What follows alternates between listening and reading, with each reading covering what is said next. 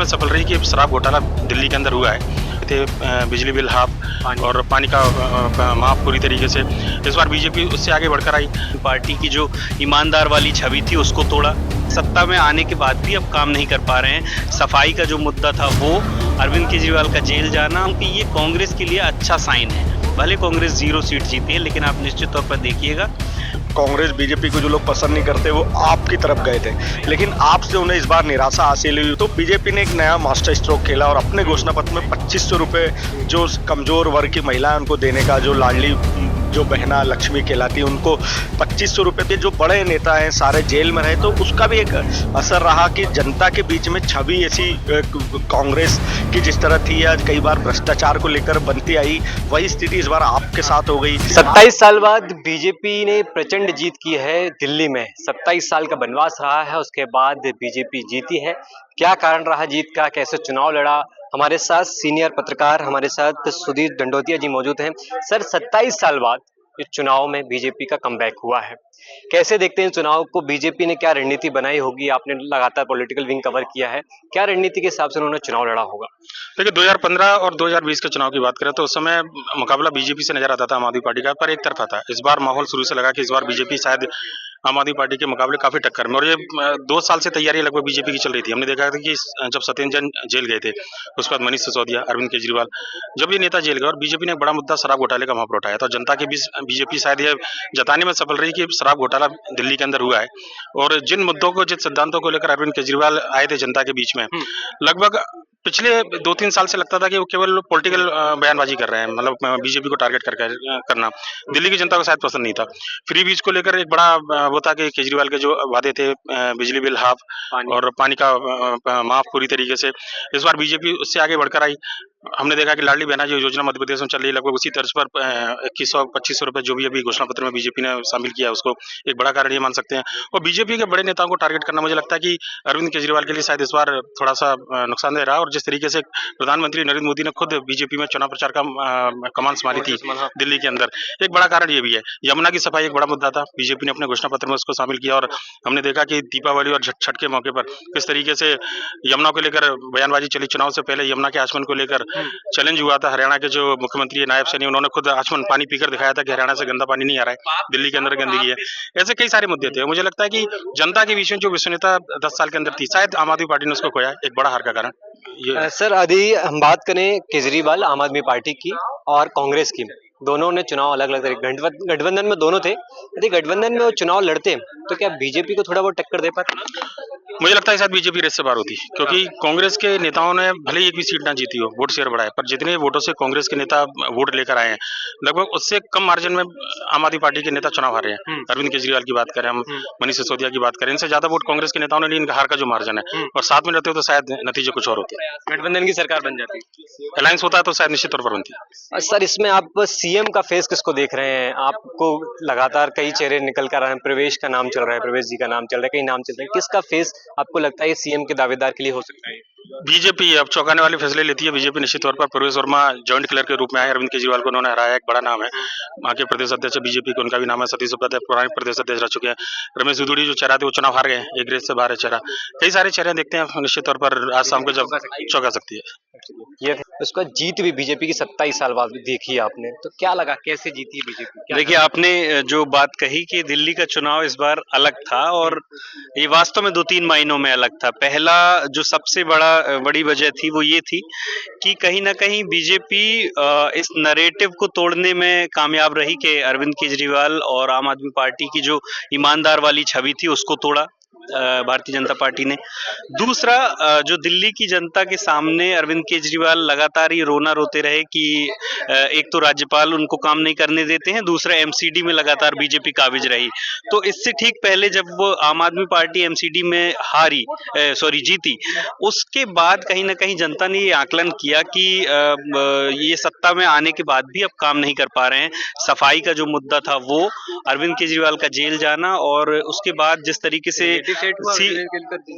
बिल्कुल आम आदमी पार्टी, अरविंद केजरीवाल की छवि कहीं ना कहीं डैमेज हुई, ईमानदार की जो छवि हुई थी। और तीसरी सबसे महत्वपूर्ण बात ये थी कि जिस तरीके से इस बार भारतीय जनता पार्टी ने अपना चुनाव लड़ा है और कितनी सीरियसली वो लड़ रहे थे, इस बात का मैसेज देने के लिए कि साहिब सिंह वर्मा के बेटे को, परवेज वर्मा को, अरविंद केजरीवाल के खिलाफ लड़ाना, आतिशी के खिलाफ भी मजबूत कैंडिडेट देना, वहीं अपने जो सांसद रहे हैं उनके 2-2 3-3 बार के, उनको मैदान में उतारना। तो निश्चित तौर पर ये एक सीरियसली चुनाव लड़ रही थी पार्टी, और वो दिख भी रहा था। चौथी महत्वपूर्ण चीज ये थी कि जिस तरीके से कांग्रेस ने ग्राउंड पे चुनाव लड़ा, अगर हम नई दिल्ली सीट की ही बात करें तो संदीप दीक्षित ने ठीक उतनी ही वोट्स पाए हैं जितने वोट्स का अंतर परवेज वर्मा और अरविंद केजरीवाल की जीत और हार में है। तो निश्चित तौर पर वो उन्होंने हराया है। तो मैंने तो एक व्यंग के तौर पे ये कह रहा हूं कि यहाँ पर संदीप दीक्षित को परवेज वर्मा को और परवेज वर्मा को संदीप दीक्षित को, दोनों एक दूसरे को थैंक यू बोलना चाहिए, क्योंकि परवेज की जीत में उनका हाथ है और कहीं ना कहीं संदीप दीक्षित का बदला भी ले लिया है शीला दीक्षित को जो हराया था। तो डेफिनेटली ये कई मायनों में अलग चुनाव था और 27 साल बाद भारतीय जनता पार्टी वहां पर आई है। और एक सबसे महत्वपूर्ण बात जो मैं आपको बताऊं कि ये कांग्रेस के लिए अच्छा साइन है। भले कांग्रेस 0 सीट जीती है, लेकिन आप निश्चित तौर पर देखिएगा कि क्योंकि अरविंद केजरीवाल कभी विपक्ष में नहीं रहे हैं और निश्चित तौर पे अब उनकी पार्टी कमजोर होगी, उनके नेतृत्व पे सवाल उठेगा, खुद का चुनाव वो हार चुके हैं। तो कहीं ना कहीं जो स्पेस कांग्रेस खो चुकी थी उसको वापस पाने का, उसको रिवाइव करने का एक बड़ा मौका है कांग्रेस के पास। और डेफिनेटली अगर आप देखेंगे अगले आने वाले चुनावों में कांग्रेस निश्चित तौर पे अच्छा करते हुए भी दिखाई दे सकती है। आपने पॉलिटिकल विंग को हमेशा करीब से देखा है, तमाम नेताओं को आपने देखा है, बीडी शर्मा प्रदेश अध्यक्ष, वो भी चुनाव में प्रचार के लिए जाते हैं। इस बार बीजेपी ने क्या रणनीति बनाई है सर वहां पे चुनाव प्रचार करने के लिए? हाँ, देखिए, अगर हम दिल्ली चुनाव की बात करें तो एक बात आपको साफ दिखाई देगी, बीजेपी ने बहुत ही आक्रामक कैंपेन किया।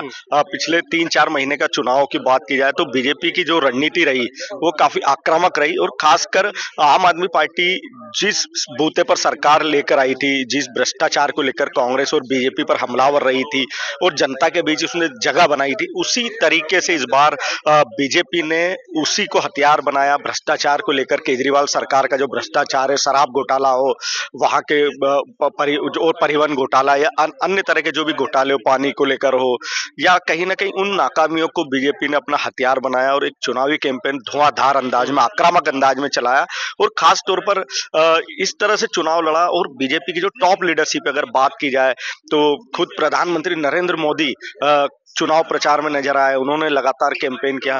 जिस दिन वोटिंग थी उस दिन अगर आप देखेंगे तो पीएम उस दिन सारा दिन महाकुंभ में थे, वहां पर स्नान किया, दिन भर पीएम कहीं ना कहीं तो जो हिंदू वोटर्स को भी 2-3% स्विंग करने में कामयाब रहे। इसी तरह भ्रष्टाचार के मुद्दे पर, क्योंकि अरविंद केजरीवाल जेल में रहे, सिसोदिया लगातार सिसोदिया जेल में रहे, तो ये जो बड़े नेता हैं सारे जेल में रहे, तो उसका भी एक असर रहा कि जनता के बीच में छवि ऐसी कांग्रेस की जिस तरह थी या कई बार भ्रष्टाचार को लेकर बनती आई, वही स्थिति इस बार आपके साथ हो गई।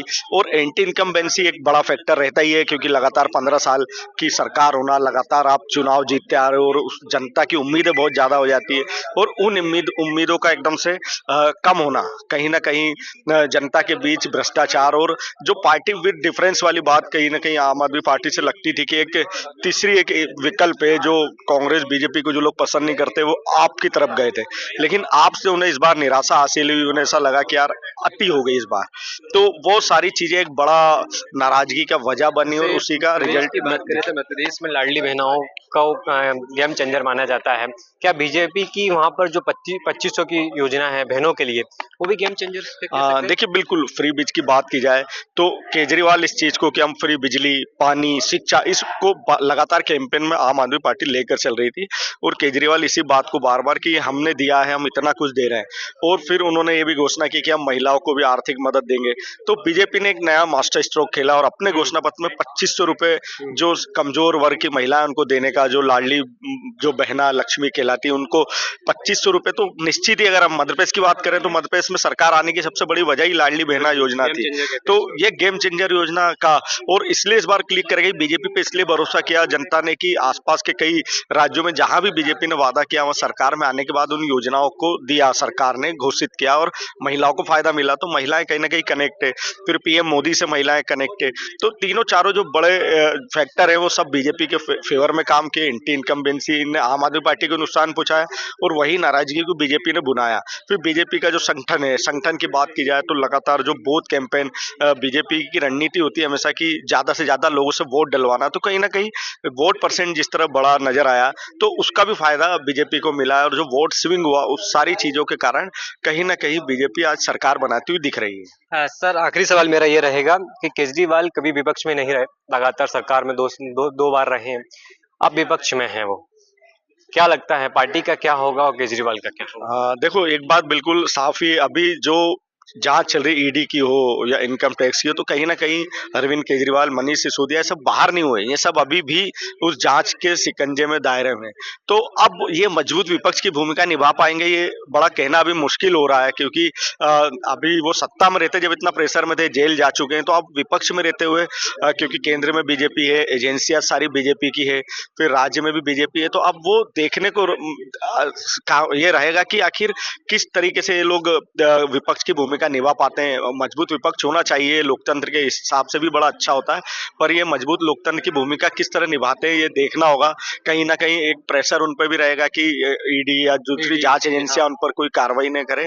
पर ऐसा लगता है कि फिर भी अरविंद केजरीवाल की जिस तरह की राजनीतिक काम करने की जो तरीका है, मुझे लगता है कि अच्छा विपक्ष भी देखने को मिलेगा।